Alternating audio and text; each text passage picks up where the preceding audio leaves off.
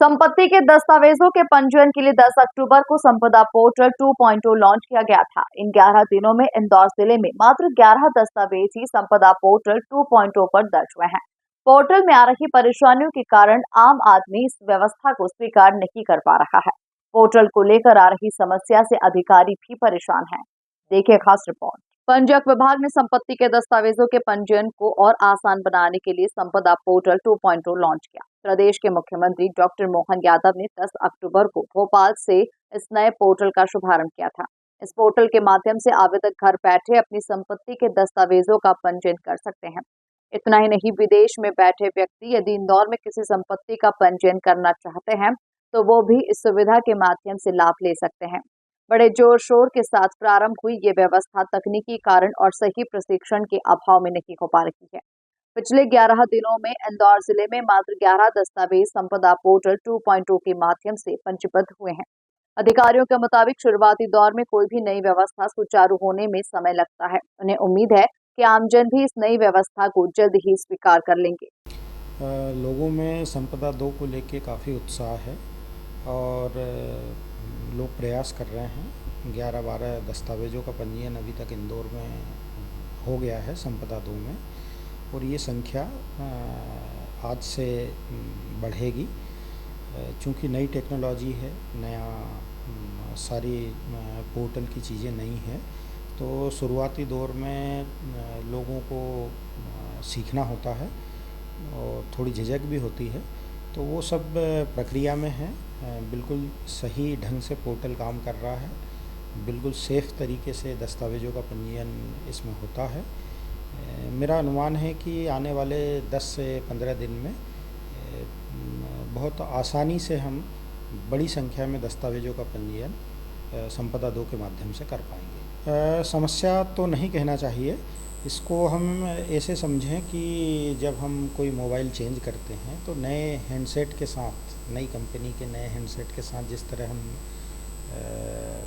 उसके साथ फैमिलियर होने में हमको 2-4 दिन का समय लगता है, ऐसे ही ये फैमिलियर होने का भर विषय है। समस्या इस सच कुछ भी नहीं है, सिस्टम प्रॉपर काम कर रहा है। धीरे धीरे इसका प्रचलन बढ़ जाएगा। इस नई व्यवस्था को लेकर जब सर्विस प्रोवाइडर से चर्चा की गई तो उनका कहना है कि बिना किसी तैयारी के आमजन पर नई व्यवस्था थोप दी गई। पुरानी व्यवस्था ही अब तक पटरी पर नहीं आ पाई है। ऐसे में नई व्यवस्था को कोई कैसे अपनाएगा? संपदा 2 बिना तैयारी के लागू किया गया। बच्चा स्नान किया और उसको आप बाजार में ले आए।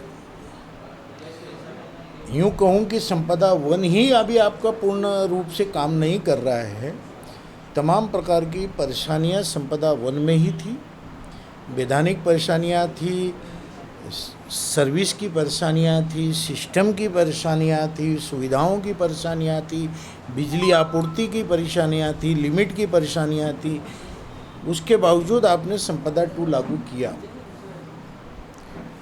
जब हम पहला कदम चल लेते हैं तो दूसरा कदम बढ़ाते हैं। आप पहले कदम में ही लंगड़ा गए हो तो दूसरा कदम हवा में उड़ा दिया, तो तकलीफ तो आना है।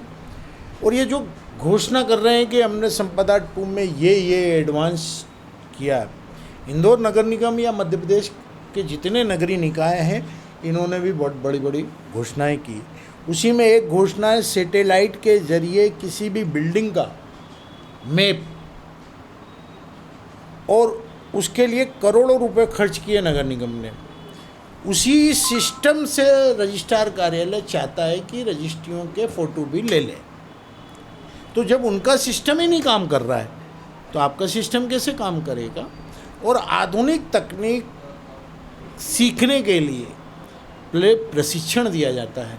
जो पायलट प्रोजेक्ट आपने जिन 4 शहरों में करे हैं, झूठी बात है कि वहाँ गवाहों के आपने अंगूठे नहीं लिए। प्रमाण दे दें कि रतलाम में हम कह रहे हैं कि आपने लिए हैं, और गवाहों के अंगूठे तो 2006 से जालसाजी रोकने के लिए एक त्वरित व्यवस्था थी। गवाहों के अंगूठे कभी कायदे कानून के अनुसार लिए ही नहीं जाना चाहिए।